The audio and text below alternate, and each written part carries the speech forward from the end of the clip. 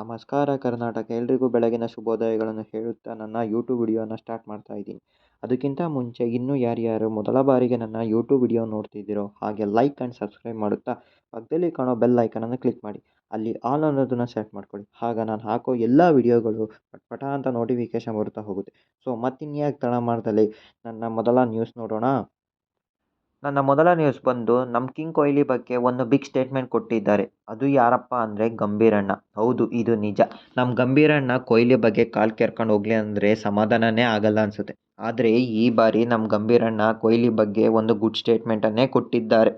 ಅದು ಏನಪ್ಪ ಅಂದರೆ, youngsters must learn from Virat Kohli and his fitness. He was worked a lot on his fitness and youngsters should learn from it. ಇದು ನಿಜ. ನಿನ್ನೆ ನಡೆದಂತಹ ಒಂದು ಸಂದರ್ಶನದಲ್ಲಿ ನಮ್ಮ ಕೊಹ್ಲಿ ಅಣ್ಣ ಅವರ ರೀಸೆಂಟ್ ಫಿಟ್ನೆಸ್ ಆ್ಯಂಡ್ ಡಯಟ್ ಅನ್ನು ನೆನಪಿಟ್ಟುಕೊಂಡು ಗಂಭೀರಣ್ಣ ಈ ಥರದ ಒಂದು ಸ್ಟೇಟ್ಮೆಂಟನ್ನು ಕೊಟ್ಟಿದ್ದಾರೆ.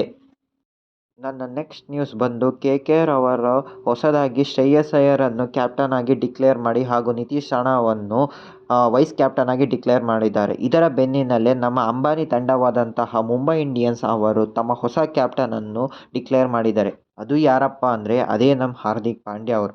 ಅಫಿಷಿಯಲ್ ಆಗಿ 2024 IPLನಲ್ಲಿ ಮುಂಬೈ ಇಂಡಿಯನ್ಸ್ನ ಕ್ಯಾಪ್ಟನ್ ಆಗಿ ಮುಂದುವರಿಸುತ್ತಾರೆ ಎಂದು ಮುಂಬೈ ಇಂಡಿಯನ್ಸ್ ಅವರು ತಿಳಿಸಿದ್ದಾರೆ. ಆದರೆ ನಮ್ಮ ರೋಹಿತ್ ಶರ್ಮಾಗೆ ಈ ಥರ ಮಾಡುವುದು ಎಷ್ಟು ಸರಿಯೋ ತಪ್ಪೋ ಕಮೆಂಟ್ ಬಾಕ್ಸಲ್ಲಿ ನೀವು ತಿಳಿಸಿ. ನನ್ನ ನೆಕ್ಸ್ಟ್ ನ್ಯೂಸ್ ಬಂದು ನಮ್ಮ BCCI ಅವರು ನಿನ್ನೆ ಒಂದು ಹ್ಯೂಜ್ ಅಪ್ಡೇಟನ್ನು ಕೊಟ್ಟಿದ್ದಾರೆ.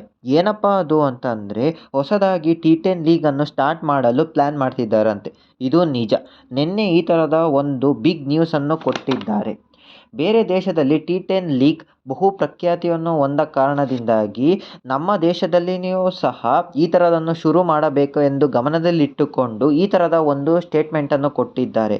ಆದರೆ ಇದು ಎಷ್ಟು ಮಟ್ಟಿಗೆ ನಿಜ ಆಗುತ್ತೋ ಅಥವಾ ಕನಸಾಗಿಯೇ ಉಳಿಯುತ್ತೋ ಎಂದು ಕಾದು ನೋಡಬೇಕಾಗಿದೆ. ಅಲ್ಲಿ ಕಾಲಿಗೆ ಗಾಯ ಮಾಡಿಕೊಂಡು ಟೂರ್ನಿಯಿಂದ ಹೊರ ಉಳಿದ ಹಾರ್ದಿಕ್ ಪಾಂಡ್ಯ ಅವರು ಟೀಮ್ ಇಂಡಿಯಾಗೆ ಮತ್ತೆ ಕಮ್ಬ್ಯಾಕ್ ಮಾಡ್ತಾರಂತೆ. ಇದು ನಿಜ.